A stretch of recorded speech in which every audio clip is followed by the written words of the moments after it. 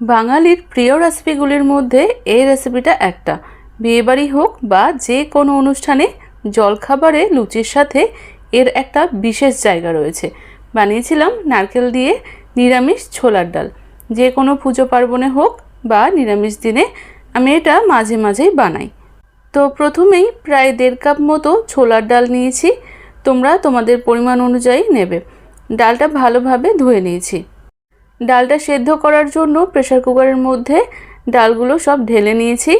একটা আলু খোসা ছাড়িয়ে ছোট ছোট করে কেটে দিয়েছি।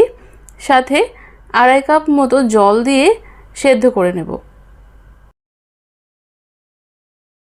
ডালটা সেদ্ধ করে নিয়েছি। ডালটা গলিয়ে ফেলবে না, গোটা গোটা থাকবে এমনভাবে সেদ্ধ করবে। আর ডাল সেদ্ধ করার সময় একটুখানি লবণ দিয়ে দেবে। লবণটা আমি দিতে ভুলে গেছিলাম। গ্যাসে কড়াই বসিয়ে কিছুটা পরিমাণে সরষের তেল দিয়েছি। তেলটা গরম হলে কিছুটা পরিমাণে কাজু ও কিশমিশ দিয়েছি। কাজু কিশমিশটা হালকা লালচে করে ভেজে তুলে নেব। এই তেলেই একটু নারকেল কুচি করে দিয়েছি। নারকেলটাও একদম হালকা করে ভেজে তুলে নিতে হবে। তারপর ফোড়নে দিয়েছি একটা তেজপাতা, 2টো ছোট এলাচ, 3 টুকরো দারচিনি, 2টো শুকনো লঙ্কা, লবঙ্গ, হাফ চামচ মতো গোটা জিরে আর প্রায় 1 ইঞ্চি মতো আদা গ্রেট করে দিয়েছি। ফোড়নটা খানিকক্ষণ ভেজে সুন্দর গন্ধ বেরিয়ে এলে একটা মিডিয়াম সাইজের টমেটো টুকরো করে দিয়েছি। টমেটোটা খানিকক্ষণ ভেজে একটু নরম হয়ে এলে দিয়েছি স্বাদ মতো লবণ, 1 চামচ হলুদ গুঁড়ো, হাফ চামচ জিরে গুঁড়ো, হাফ চামচ লঙ্কা গুঁড়ো, 4টে গোটা কাঁচা লঙ্কা ও সামান্য জল দিয়ে একটু কষিয়ে নেব। তারপর হাফ চামচ মতো গরম মশলা গুঁড়ো দিয়ে মিশিয়ে সেদ্ধ করে রাখা ছোলার ডালটা দিয়ে দিয়েছি।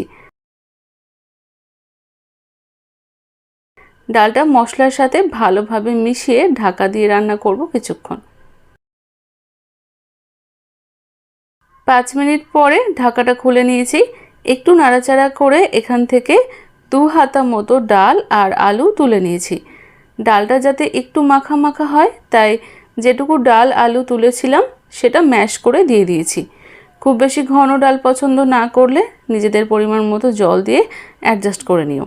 এবার এতে ভেজে রাখা কাজু কিশমিশ ও নারকেলটা দিয়ে দিয়েছি। ছোলার ডালটা একটু মিষ্টি মিষ্টি হলে বেশ ভালো লাগে খেতে, তাই 1.5 চামচ মতো চিনি দিয়েছি। সমস্ত কিছুকে ভালোভাবে মিশিয়ে ঢাকা দিয়ে লো ফ্লেমে 2 মিনিট মতো রান্না করব। ডালটা আমাদের রেডি হয়ে গেছে।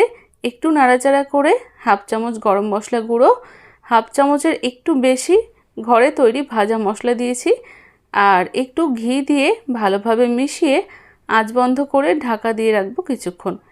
এবার আর দেরি না করে লুচির সাথে সার্ভ করে দাও, জমে যাবে খাওয়া দাওয়াটা।